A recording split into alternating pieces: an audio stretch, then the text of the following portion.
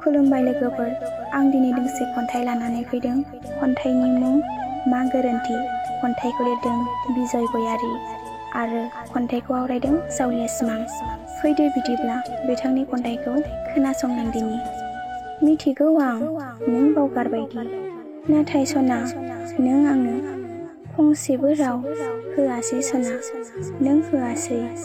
मा गोरोन्थि मावखो आं, खौरांथ' लानो हायोमोन सना नों। आं जेब्ला लाइजामजों फोरमायहरदोंमोन बेखौबोथ' नायासै नों।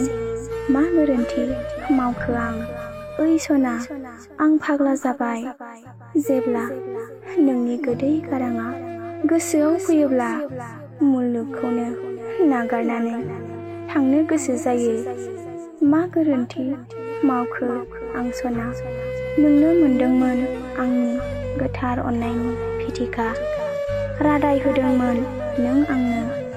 मा गोरोन्थि मावखो आं जिउ। खन्थाइया एसेनोसै, गोजोन्थों।